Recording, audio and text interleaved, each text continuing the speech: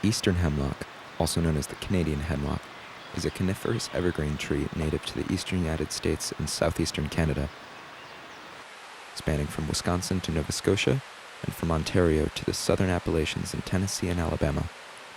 It is the state tree of Pennsylvania, but in southern New Hampshire, like at UNH, hemlocks are everywhere.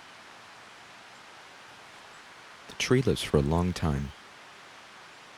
It grows well in shade and can normally reach about 100 feet, or about 30 meters, in height.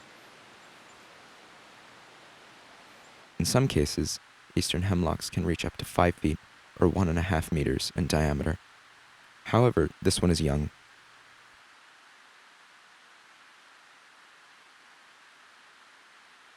The bark, like this one in a video from the University of Nebraska, has plates and gains texture with age.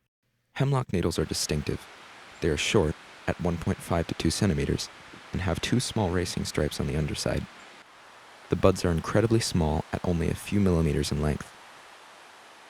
And the cones are also small and relatively round. Here's an eastern white pine cone on the left and an eastern hemlock cone on the right.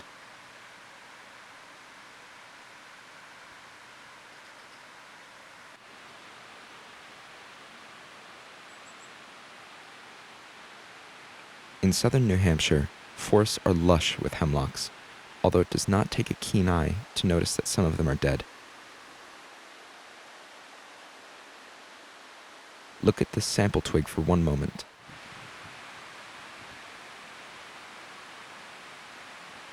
This white, fuzzy structure is a waxy mass built by a pest called the hemlock woolly adelgid. Often, they are seen in large clusters, like here. The hemlock woolly adelgid is a very small aphid that builds these cotton swab-esque structures on hemlock branches to protect itself. It is believed that the adelgid introduces a toxin into the tree in the process, killing it. Here is a microscope view of the process from the Great Smoky Mountain National Park. Unfortunately, the adelgid is killing hemlocks en masse and is a considerable problem. The rate at which they are spreading is increasing. Here's a map from the USDA Forest Service and the National Park Service. All of the non-white colors detail the native range of the eastern hemlock, with blacks, blues, and purples representing newer infestations of the aphid, and with warmer tones representing older infestations. Green represents the native area of the eastern hemlock that has not yet been infested. Note that trees can die from adelgid infestations within 10 years. The hemlock woolly adelgid was first brought from Japan to southern Virginia in 1951, but it was first found in New Hampshire in Portsmouth in 2000. Since this was 24 years ago, we have had numerous dead trees that fell victim to infestation. In these clips in UNH College woods, trees flagged with pink are infested with the adelgids, and the trees flagged with blue have died due to infestation. It is alarming that the size of the infested hemlock range has doubled in the past 15 years. Why is this? Colleen Tierling is an entomologist with the Maine Forest Service. In 2023, she was interviewed by the Maine Coast Heritage Trust and asked this exact question.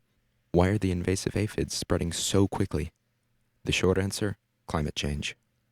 We are seeing quite a lot of hemlock woolly adelgid in southern and coastal Maine, but it is slowly moving eastward and inland, she said.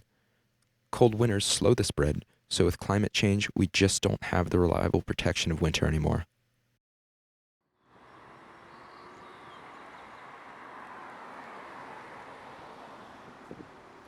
Why should we care?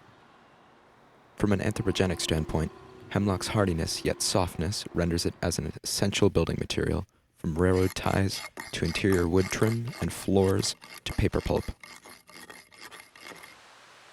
Many animals, like squirrels and birds, this brown-headed cowbird for example, use the trees as a vital habitat that, in essence, increases ecosystem biodiversity. A no save the trees argument would be complete without mentioning carbon sequestration. Trees, like eastern hemlocks, take in carbon dioxide that we emit and turn it into oxygen, which almost all living things need to survive.